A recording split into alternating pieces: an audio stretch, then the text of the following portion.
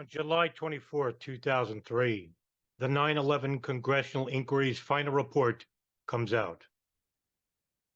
Officially, the report was written by 37 members of the House and Senate Intelligence Committees, but in practice, co-chairman Bob Graham and Porter Goss exercised near total control over the panel, forbidding the inquiry staff to speak to other lawmakers. According to an article by the St. Petersburg Times on September 29, 2004, both Republican and Democrats in the panel complained how the two co-chairmen withheld information and controlled the process. According to the Palm Beach Post, dated September 21st, 2003, the report was finished in December of 2002, and some findings were released then. But the next 7 months was spent in negotiation with the Bush administration over what material had to remain censored. The inquiry had a very limited mandate, focusing just on the handling of intelligence before 9/11. It also completely ignores or even censors all mentions of intelligence from foreign governments, including Saudi Arabia and Israel. Thomas Keene, the chairman of the 9/11 Commission, says the inquiry's mandate covered only 1/7 or 1/8 of what his newer investigation will hopefully cover. According to the Washington Post, dated July 27, 2003, the report blamed virtually every government agency for failure. 1. The investigation turned up no damning single piece of evidence that would have led agents directly to the impending attacks. Still, the report makes it chillingly clear that law enforcement and the intelligence agencies might very well have uncovered the plot had it not been for blown signals, sheer bungling, and a general failure to understand the nature of the threat. 2.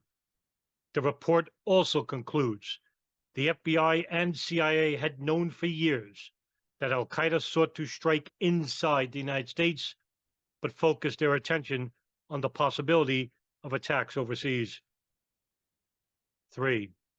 CIA Director George Tenet was either unwilling or unable to marshal the full range of the intelligence community's resources necessary to combat the growing threat. 4.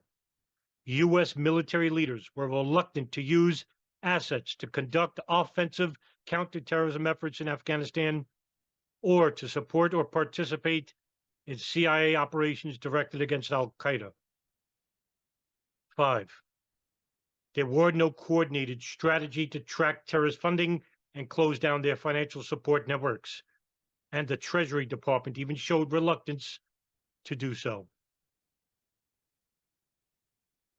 According to the Washington Post, the NSA took an overly cautious approach to collecting intelligence in the United States and offered insufficient collaboration with the FBI's efforts. Many sections remained censored, especially an entire chapter detailing possible Saudi support for 9/11. The Bush administration insisted on censoring even information that was already in the public domain. The inquiry attempted to determine to what extent the president received threat-specific warnings, but received very little information. There was a focus on learning what was in Bush's briefing on August 2001, but the White House refused to release this information, citing executive privilege.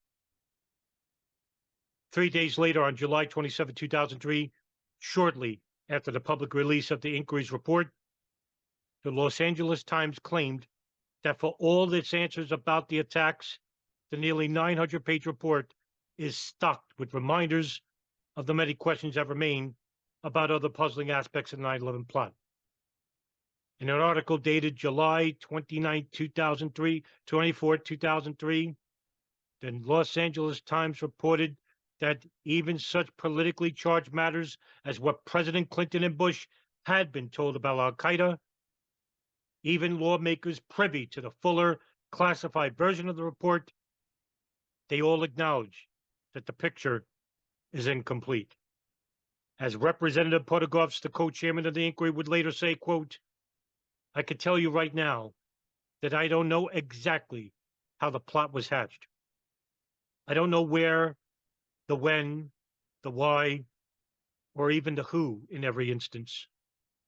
That's after 2 years of trying. And we will someday have the document to exploit. We will have the people to interrogate. We will have ways to get more information to put the rest of the pieces of the puzzle on the table. But right now, we just don't have it.